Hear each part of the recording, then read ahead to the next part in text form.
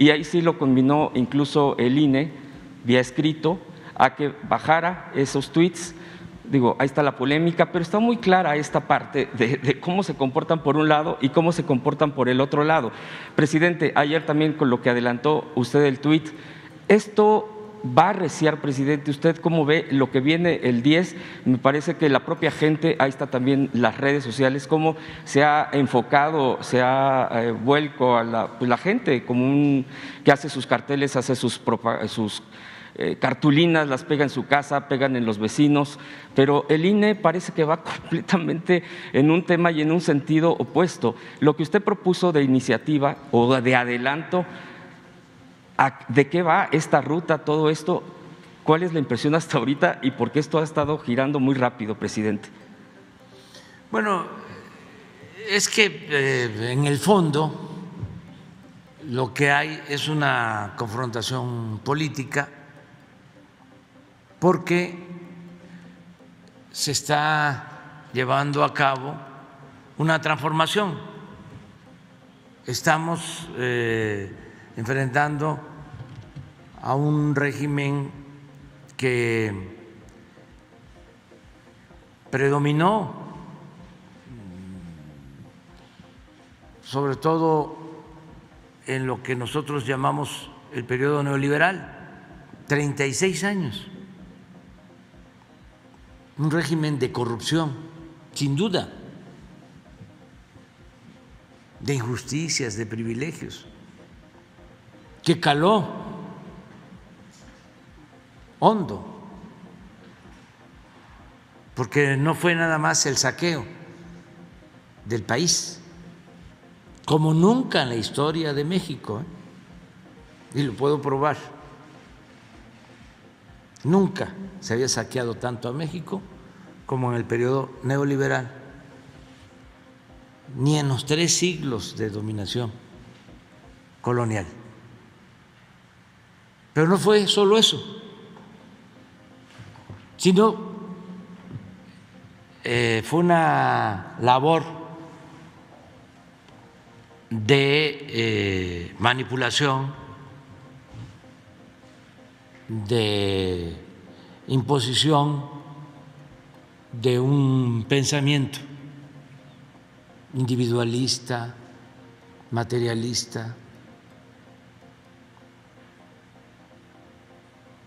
contrario al interés público, a favor de la deshonestidad en todos los terrenos. Entonces llevaron al país a una decadencia, a un proceso de degradación progresivo. No solo crisis económica o, como ya dije, saqueo, sino pérdida de valores culturales, morales, espirituales. Entonces, eso no es fácil de enfrentar, no solo por los intereses económicos que sienten que han perdido privilegios o el privilegio de mandar, sino la forma de pensar que se introdujo, que se internalizó en muchos. Estás hablando de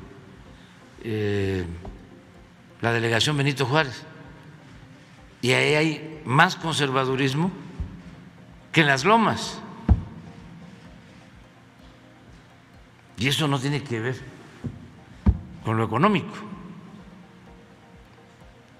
En las Lomas viven gentes con más dinero que los que viven en Benito Juárez, pero ideológicamente en Benito Juárez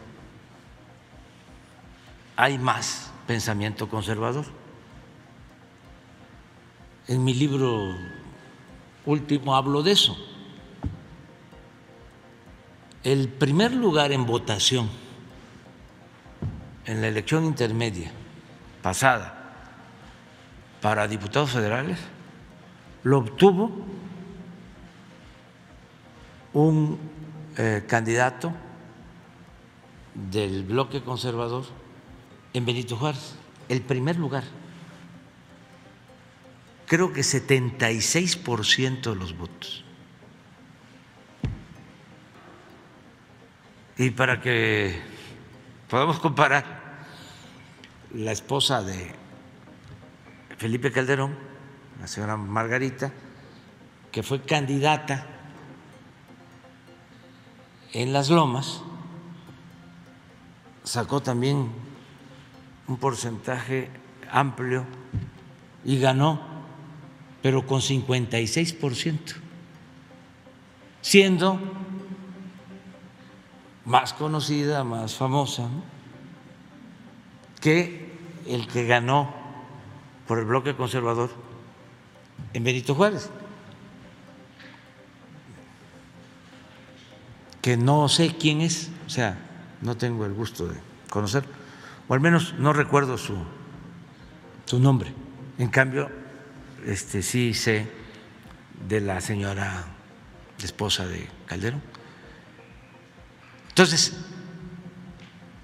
a eso me refiero cuando hablo del pensamiento conservador, que siempre ha existido y que no necesariamente está vinculado a la oligarquía. Hay sectores de clase media que defienden al régimen de corrupción y justifican todo.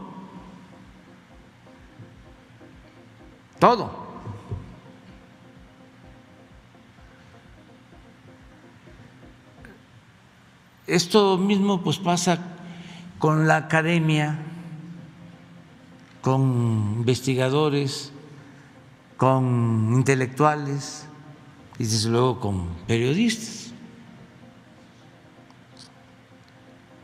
Durante mucho tiempo, estos 36 años,